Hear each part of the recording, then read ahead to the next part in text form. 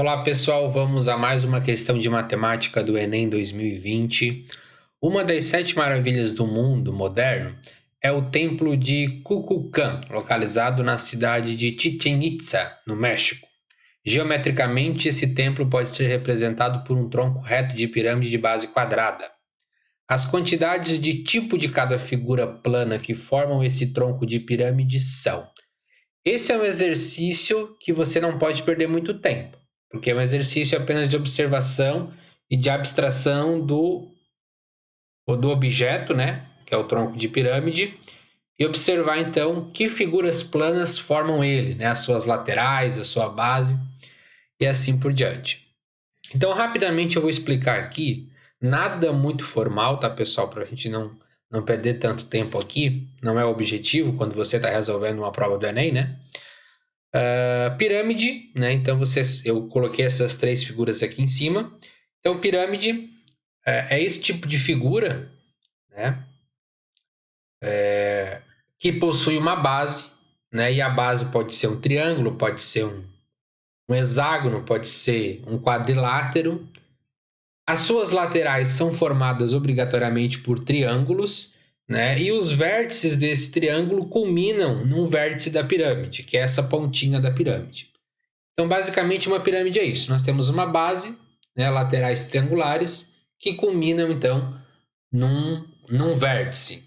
Tá? A quantidade de vértices que existem numa pirâmide é muito simples você calcular, que é o número de vértices de acordo com a base. Então, se é uma base quadrangular, nós temos 4 vértices, mais aquele vértice que une todos os triângulos, né? Portanto, nós temos 5 vértices. Se é uma pirâmide de base triangular, nós temos então 4 vértices, os 3 da base, mais aquele vértice de cima que une as laterais triangulares. Então, basicamente é isso. Uma pirâmide é uma estrutura muito simples, né? E, especialmente nós temos uma, né? Que é de base triangular. Se formada por triângulos equiláteros, né? Ela recebe o nome de tetraedro, tá bom? Não vamos entrar nessas nomenclaturas aqui, mas é uma exceção que nós temos, tá? Mas não deixa de ser uma pirâmide, certo? Então, pirâmide é isso. Tem uma base, faces triangulares, e esse vértice aqui que junta essas laterais triangulares. Depois, nós temos pirâmides que possuem 2 classificações. Elas são retas ou oblíquas. Então, retas é quando esse vértice que junta, né, as faces laterais coincide exatamente com o ponto o centro da figura da base. Então, se aqui eu tenho um hexágono, o centro desse hexágono ele está exatamente na mesma altura daquele vértice lá em cima. Então, se você traçar uma reta, uma projeção de reta, ela será perpendicular a essa base, ao centro, né? Exatamente no centro. Outros casos que não são retos são os oblíquos, né? Em que esse vértice ele foge dessa reta central que nós inventamos aqui anteriormente. Então, quando há um deslocamento desse vértice, que essa pirâmide fica um pouquinho tortinha, né? Um pouco deslocada, ela é chamada de oblíqua, certo? Então, essas são as 2 classificações. E o mais importante é o tronco. Né? Quando que deixa de ser uma pirâmide completa e vira um tronco? Quando ela perde essa chapuleta em cima, né? Então, quando você pega uma faquinha, vai lá e tira o topo da pirâmide, tira, né, aquele vértice bonitão lá de cima, já vira um tronco de pirâmide, né? Lembrando que sempre tem que estar paralelo à base, né? Então, você não vai ter um corte transversal, tá? Um tronco sempre vai ser esse corte paralelo à base. Então, aqui está exatamente o templo que nós temos que estudar.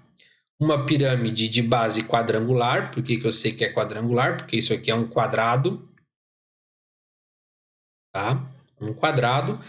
E essa parte que nós cortamos para formar o tronco também é um quadrado, porque essa base da pirâmide ela é semelhante em qualquer altura que você vá cortar essa pirâmide para virar um tronco.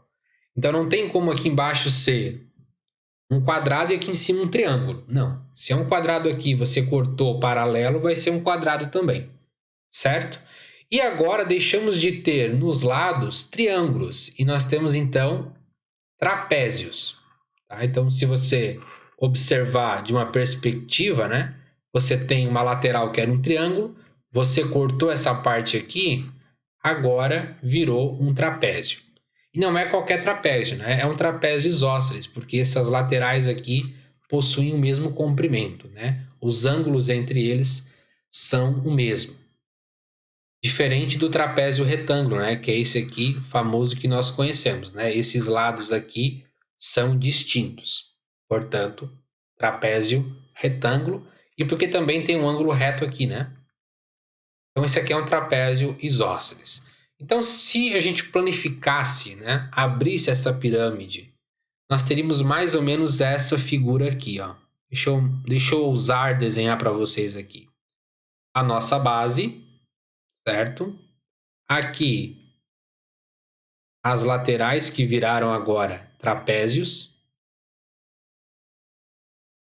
E esses trapézios aqui são iguais, tá? Eu estou desenhando diferente aqui porque eu careço de estilo no desenho, mas basicamente é isso daqui. E você pode colocar em uma dessas pontas do trapézio aqui o quadradinho menor, que é aquele topo que você cortou.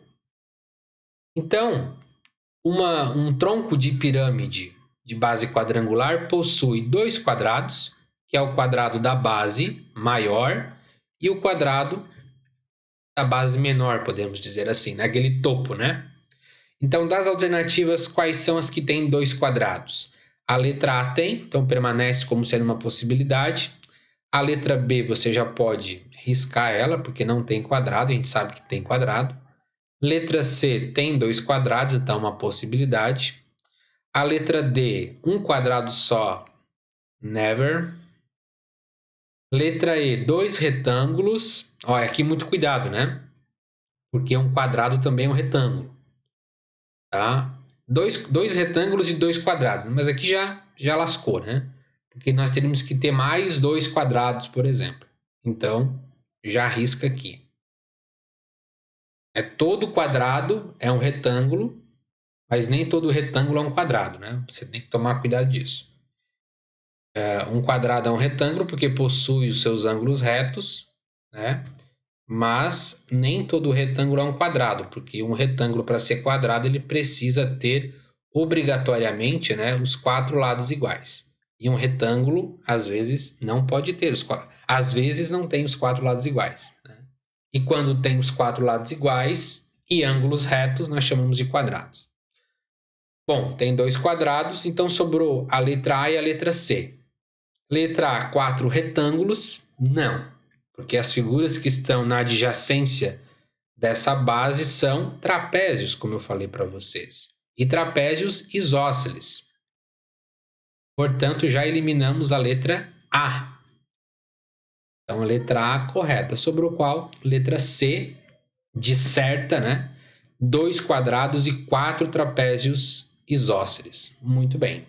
Os quatro trapézios isósceles aparecem aqui. 1, 2, 3 e 4, além dos dois quadrados, né? O quadrado da base e o quadrado menor do topo. E com isso finalizamos este exercício.